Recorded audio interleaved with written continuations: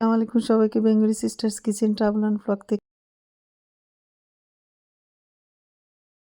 আমি এখানে open market থেকে 2 কেজি ফ্রেশ দুধ কিনে বানাচ্ছি। আপনারা চাইলে যে কোনো লিকুইড দুধ অথবা পাউডার দুধ দিয়েও এটা বানাতে পারবেন।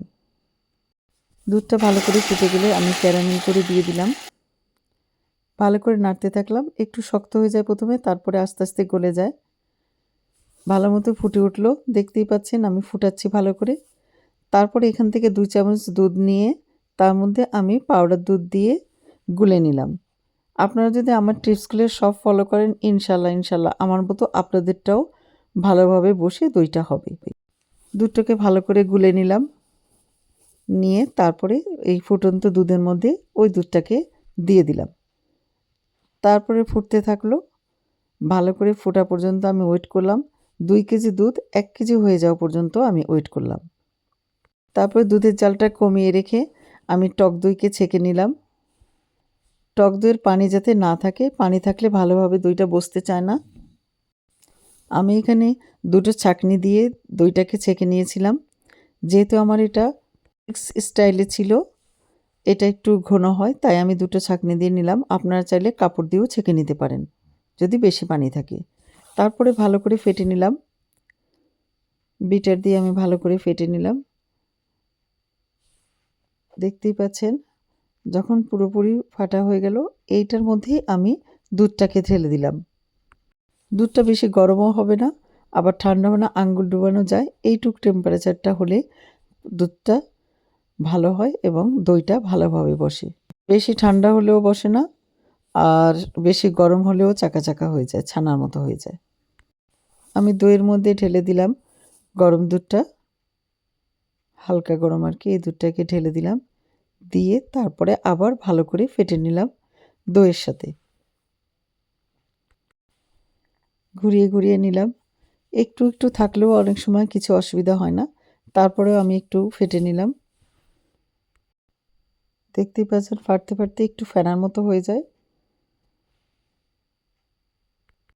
আগে আমি যেগুলোতে দই বসাবো সেগুলো ঠিক করে রেখেছিলাম।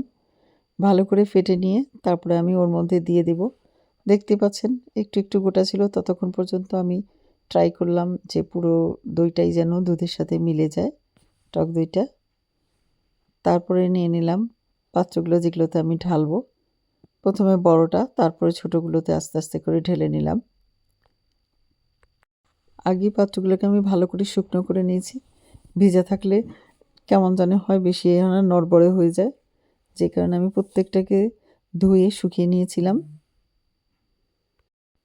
চুলা জ্বালিয়ে দিয়ে দিলাম আমি এটা। আপনারা চাইলে এখানে তাওয়া ব্যবহার করতে পারেন, তার উপরে ননস্টিকের পাতিল দিয়ে দিলাম। আপনারা চাইলে এখানে নর্মাল পাতিলও ইউজ করতে পারেন, এটা এমন না যে ননস্টিকেরই দিতে হবে। তারপরে দিয়ে দিলাম একটা স্ট্যান্ড, যেটার মধ্যে আমি দইগুলোকে বসাবো। তার উপরে দিয়ে দিলাম প্রথমে তাওয়াল একটা, তাওয়ালকে মেলে দিয়ে তার উপরে আমি আমার দইয়ের পাতিলগুলো, ছোট ছোট পাতিল সবগুলো রেখে দিলাম। আমি এখানে অ্যালুমিনিয়াম ফয়েল দিয়ে ঢেকে দিয়েছিলাম।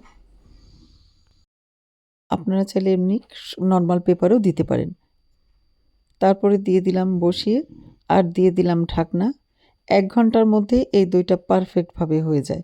আর ঠান্ডা করার জন্য আমি আরও 1 ঘন্টা রেখেছি। মেহমান আসতে আসতে সব কাজ সারতে সারতে এইটা আপনার একদম পুরোপুরি হয়ে যায়। মাশাল্লাহ হয়ে গেল আমার দইটা। আমি এখন আস্তে আস্তে উঠাই। আলহামদুলিল্লাহ হয়ে গেছে। উপরে একটু চাপ পড়েছে দেখে এমন হয়েছে। এখন আমি কেটে দেখাবো, এগুলোকেও খুলে ফেলি।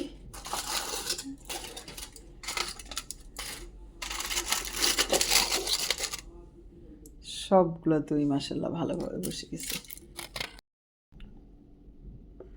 বিসমিল্লাহ, দেখতেই পাচ্ছেন কতটা ঘন হয়েছে আর কতটা টাইট হয়েছে।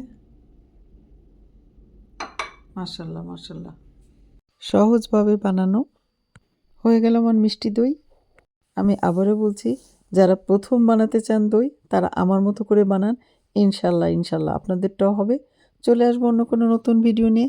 ততক্ষণ পর্যন্ত আপনারা সবাই ভালো থাকবেন, আর বানালে আমাকে জানাতে ভুল করবেন না। আজকে তাহলে এই পর্যন্তই। আল্লাহ হাফেজ।